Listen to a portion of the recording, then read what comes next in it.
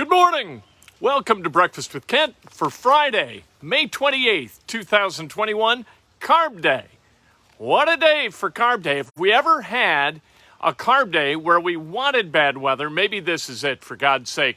No Kansas, no Sticks, no REO Speedwagon, no Steve Miller Band to avoid. Frankly, I don't want to hear abracadabra again in my life. You know what? Today, the weather's terrible. We weren't going out there anyway, so to hell with it. Race day is going to be perfect. Race day weather, sunny, 68, wonderful out at 16th and Georgetown for the 105th running of the Indianapolis 500. We're brought to you, as always, by the great people at Today's Dentistry, Sedation Dentistry. You got to get a lot of dental work done.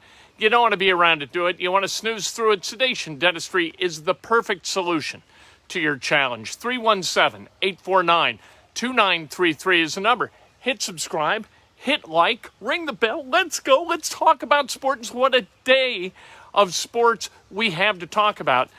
Colts OTAs are ending, which means because of this kind of interesting offseason, there is going to be no mandatory minicamp, none of that stuff, just training camp now. 8 weeks that the Colts are going to have to trust their players to stay in shape and come to training camp ready to work and prepare for what could be a special season.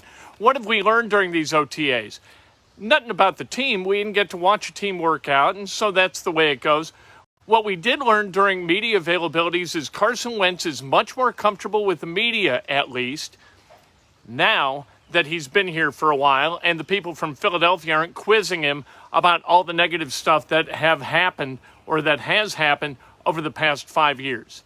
Wentz seems happy. We learned that Quentin Nelson is really, really happy to remain a left guard. He didn't want to move to left tackle. He would have done it because he'll do whatever the team needs, but he's happy to remain at left guard. Darius Leonard, happy, as always, to be out on the field playing football. He just loves football. Quiddy Pay's got a great smile. We learned that, right? A lot of things that we've learned. Julian Blackmon has a great head for football, has an enthusiasm for the game.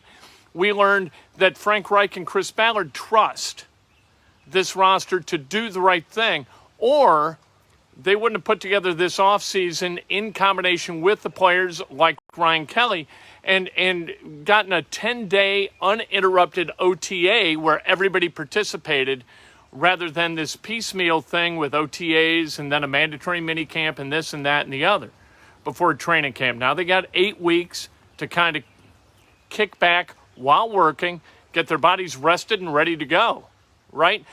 What we need to learn, if the Colts are going to succeed in 2021, and by succeed, I mean 11 or 12 wins, go to the playoffs and have a chance to make a little run in the playoffs, what we really need to learn is about Carson Wentz, because Carson Wentz, we're trusting, the Colts are trusting, everybody's trusting, that the 50 sacks, which led the NFL, the 15 interceptions, which led the NFL last year, and the 58 fumbles over the last 5 years, also leading the NFL, 29 of those fumbles lost, that all of that is gone.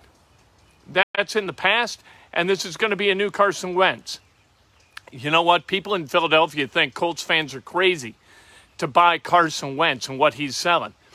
A year ago, I would have thought it was insane.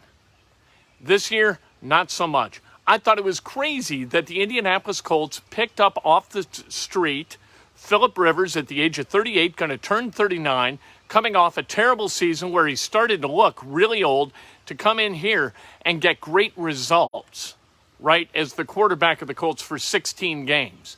What happened?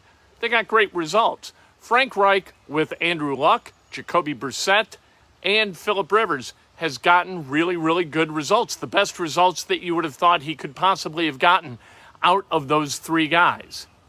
This year, I don't think it's going to be any different. I'm going to go ahead and trust Frank Reich this time rather than be dubious, be cynical about the Colts and that head coach quarterback relationship.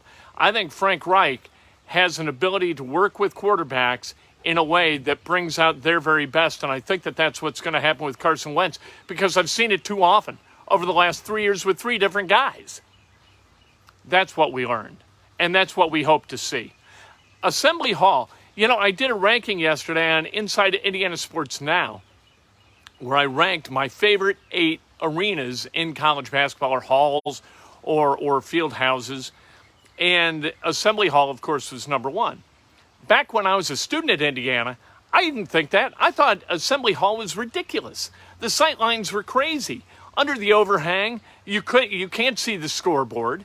In the balcony, it's really hard to get any kind of look at the floor in a meaningful way. It's just kind of a nutty hall. And back when I was a student, people were saying, we got to replace this thing, knock it to the ground and build a real arena. Well, now the worm is turned, and we love Assembly Hall because of the history of Assembly Hall. It's just interesting how perception changes over time. You know, I'm sure there were times when Wrigley Field in the 50s or 60s, people said, we got to knock down this old place. This is ridiculous. What are we doing? We got to put lights up. We have to, you know, day baseball is an anachronism, for God's sake. Let's go. Let's move into the 21st century and build a place like Veterans Stadium or Busch Stadium, the other Busch Stadium in St. Louis, or Riverfront Stadium, or Three Rivers Stadium. Well, what place is still standing? Wrigley Field.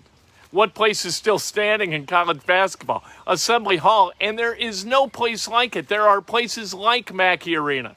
There are places like the Yum Center, like Rupp Arena, like Allen Fieldhouse. There's no place like the Palestra, right? But there is absolutely no basketball arena in the world that's anything similar to Assembly Hall, because Assembly Hall was built as a multi-purpose arena with almost perfect acoustics if you set up a stage and you project audio to one of the sides. The acoustics are phenomenal for concerts, symphonies, theatrical productions. They just don't use it for that. But they built it so it could be used for that. When they do concerts there, they always have them at the end of the court, kind of, you know, projecting sound toward the other end of the court, and it echoes like hell. It's ridiculous. Anyway, a beautiful arena that makes no sense. Indiana fans absolutely in love with it, and for all the right reasons. Mentioned Carb Day. They're going to be able to do anything this Carb Day. It's going to rain off and on all day. It stopped for the present time, but they're never going to be able to get the track dry to do anything of meaning. Pit stop, competition, that kind of stuff, the final practice, it's just not going to happen. But again, race day is going to be perfect. It's going to be cold tomorrow, in the low 60s for a high, maybe upper 50s. But Sunday, sunny, 68. The blackout has been lifted. Under pressure for me.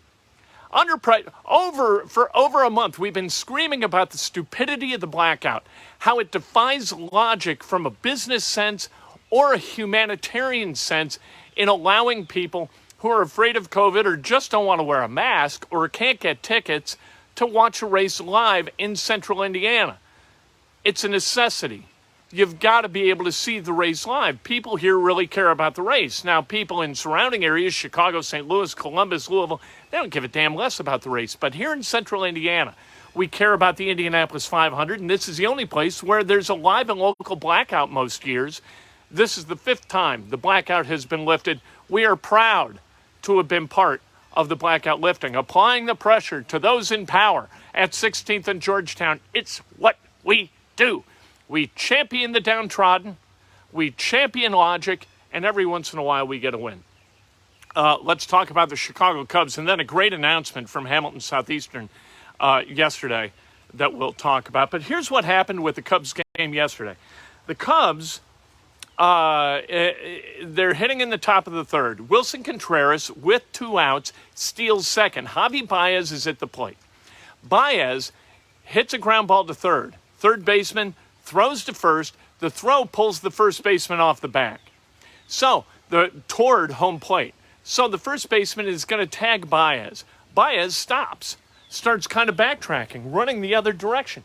The first baseman, like an idiot, chases him instead of trying to get the out at first, which he can do, and prevent Contreras from scoring all the way from second base. Instead, he continues to chase Baez. Contreras bolts from third.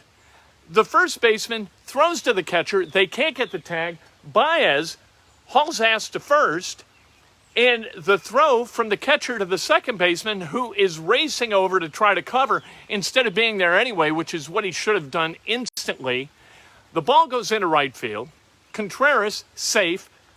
Baez runs to second and is safe at second. The Cubs dugout erupts in laughter and cheers.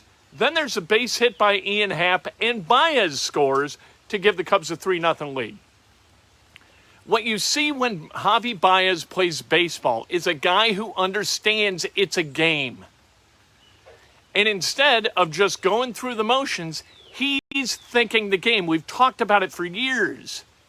And yesterday, him thinking the game and playing because he's having fun playing the game caused the Pirates to do something confoundingly stupid and totally ridiculous in the game of baseball. Fifth graders understand that you get the out at first, you throw to first, get the force. Any force play negates that run. You don't have to try to throw Contreras out, for God's sake. All you have to do is run down the line and beat Baez to the bag, which you're going to be able to do because he's backpedaling.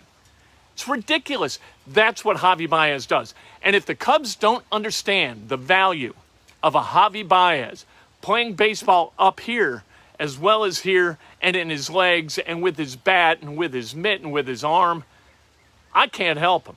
You have got to sign Javy Baez before he hits free agency. Are you out of your minds? And by the way, Chris Bryant hit his 11th home run yesterday. What are you doing? Not signing him. The Cubs are going to think their way through losing two really good ball players, and they might lose Rizzo and they might lose Contreras too. Half a game out of first place. What are you doing, Cubs? All right, high school athletics. John Ashworth was named the head basketball coach at Hamilton Southeastern High School yesterday. Fantastic for John. John and my son grew up playing basketball together from 5th grade all the way through summer basketball while they were in high school, and a wonderful hire. Great work by HSE identifying John, who's been the head coach at Decatur Central and did a terrific job out there. He is perfect for Hamilton Southeastern and is going to do a great job at HSE. I could not be happier, really, for Hamilton Southeastern. I'm also happy for John Ashworth, too, who's also a terrific teacher, but a wonderful basketball coach, a great communicator, and a guy that kids at HSE will absolutely love playing for in the same measure they did at Decatur Central. Let's celebrate some birthdays, shall we? Really, really happy for John. A lot of guys from that AAU team are out coaching, whether it's Zach Hahn at Center Grove, Adrian Moss, coaching high school basketball. Nate Blank is coaching high school basketball. A lot of guys. Ben Botts is an assistant at Ball State. That was the smartest basketball team I've ever seen at any level. There was nobody they couldn't beat with their brains and their ability to shoot. That's what that team was. Phenomenal to watch play basketball and think their way through games. Larry Frank, happy birthday. Robert Young, Ken Frazier, Brandon Robinson, Jenny Rowe, happy birthday.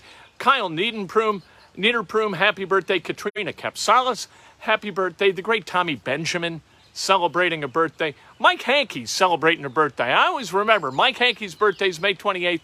Mike Quinn's birthday is May 31st. I remember because their moms would bring in cupcakes, right? I went to grade school with those two guys. And their moms would bring in cupcakes. And if the calendar fell right, we got 2 sets of cupcakes during the same week at the end of the school year. It was phenomenal. Michael West, Justin Webb, happy birthday. Patrick McGuire, Jason Ritchie, Ann Richards, and Lewis Willis. Happy birthday. If today's your birthday, you celebrate like hell. If it's not your birthday, you know what? How about this? How about we lift each other? You know what? Celebrate somebody else, and that's best done with an honest and specific compliment. Be good to each other, especially at the track this weekend. 135,000 people converging on the Indianapolis Motor Speedway. Absolutely wonderful stuff. And who's going to win? You know what? Let's visit the Orb of Wisdom and see what the Orb has to say about that very thing. Who is going to win the Indianapolis 500, 105th running? Who's it going to be? Oh, Orb of Wisdom. You got Scott Dixon, just if you haven't been paying attention, Orb. Scott Dixon on the pole, Colton Herta, middle of row 2. You got Elio Castroneves starting toward the front, 4-time champion. Who you think? Well, I already know the starting field because it's my business too, so I don't need the reminder, but thank you anyway. The winner is going to be Colton Herta at the age of 21, one of the youngest winners in the history of the Indianapolis 500. The Orb has spoken. Well, there you go. The Orb's spoken. It's going to be Colton Herta. I never bet against the Orb. If you get a chance to lay a couple of ducats on the Indianapolis 500, Colton Herta. That's what the Orb says. I'd never bet against the Orb.